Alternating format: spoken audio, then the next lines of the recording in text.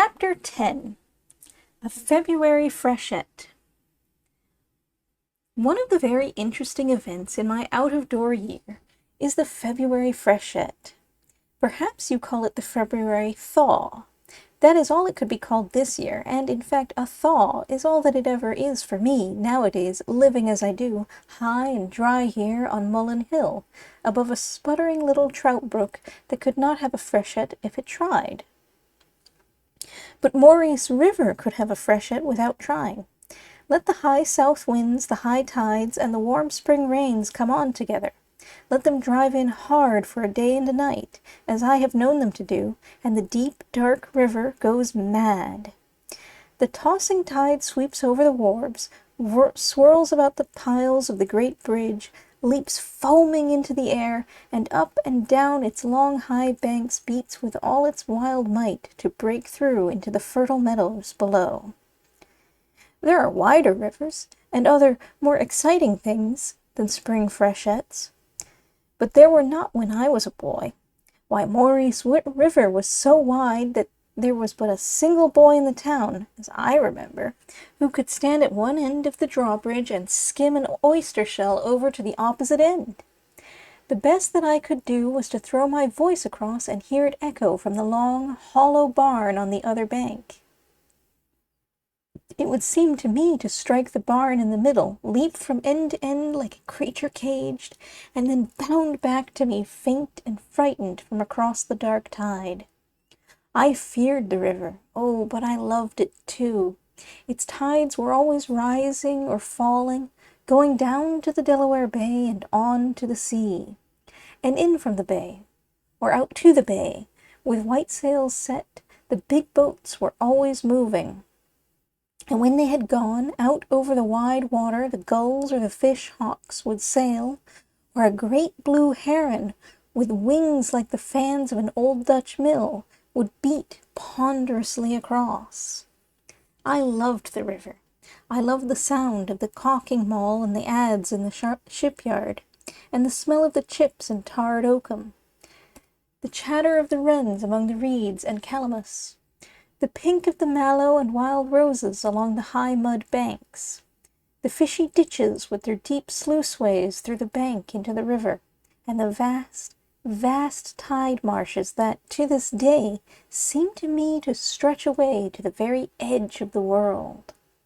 What a world for a boy to drive cows into every morning, and drive them home from every night, as I used to help do, or to trap muskrats in during the winter, to go fishing in during the summer, to go splashing up and down in when the great February freshet came on. For of all the events of the year, none had such fascination for me as the high winds and warm downpour that flooded the wharves, that drove the men of the village out to guard the river banks, and that drowned out of their burrows and winter hiding places all the wild things that lived within reach of the spreading tide. The water would pour over the meadows and run far back into the swamps and farmlands, setting everything afloat that could float, rails, logs, branches, upon which, as chance offered, some struggling creature would crawl and drift away to safety. But not always to safety, for over the meadows the crows and fishhawks, gulls, herons, bitterns, and at night the owls, were constantly beating to pounce upon the helpless voyagers, even taking the muskrats an easy prey, through their weakness from exposure and long swimming in the water. There would be only two shores to this wild meadow sea, the river bank, a mere line of earth drawn through the water, and the distant shore of the upland.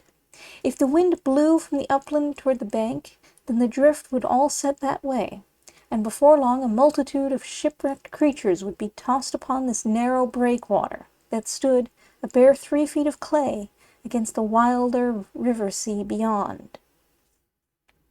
To walk up and down the bank then was like entering a natural history museum where all the specimens were alive, or like going to a small menagerie.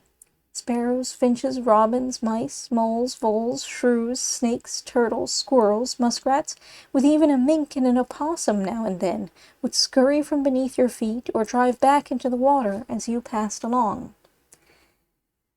and by what strange craft they sometimes came. I once saw 2 muskrats and a gray squirrel floating along on the top of one of the muskrats' houses. And again a little bob-tailed meadow mouse came rocking along in a drifting catbird's nest, which the waves had washed from its anchorage in the rose bushes. And out on the top of some tall stake, or up among the limbs of a tree, you would see little huddled bunches of fur. A muskrat, perhaps, that had never climbed before in his life, waiting, like a sailor lashed to the rigging, to be taken off. But it was not the multitude of wild things, birds, beasts, insects, that fascinated me most, that led me out along the slippery, dangerous bank through the swirling storm. It was rather the fear and confusion of the animals, the wild giant spirit raging over the face of the earth and sky, daunting and terrifying them, that drew me. Many of the small creatures had been wakened by the flood out of their deep winter sleep, and, dazed and numbed and frightened, they seemed to know nothing, to care for nothing but the touch of the solid earth to their feet. All of their natural desires and instincts, their hatreds, hungers, terrors, were sunk beneath the waters. They had lost their wits, like human creatures in a panic, and, struggling, fighting for a foothold, they did not notice me unless I made at them, and then only took to the water a moment to escape the instant peril. The sight was strange, as if this were another planet and not our orderly, peaceful world at all. Nor indeed was it, for fear cowered everywhere, in all the things that were of the earth, as over the earth and everything upon it raged the fury of river and sky. The frail mudbank trembled under the beating of the waves. The sunken sluices strangled and shook deep down through the whirlpools, sucking at their mouths. The flocks of scattered seabirds, ducks and brant, veered into sight, dashed down toward the white waters, or drove over with mad speed, while the wind screamed and the sky hung black like a torn and flapping sail. And I, too, would have to drop upon all fours with the mice and muskrats and cling to the bank for my life, as the snarling river, leaping at me, would plunge clear over into the meadow below. A winter blizzard is more deadly, but not more fearful, nor so wild and tumultuous. For in such a storm as this, the foundations of the deep seem to be broken up, the frame of the world shaken, and you and the mice and the muskrats share alike the wild, fierce spirit and the fear. To be out in such a storm, out where you can feel its full fury, as upon a strip of bank in the midst of the churning waters, is good for one. To experience a common peril with your fellow mortals, though they be only mice and muskrats, is good for one.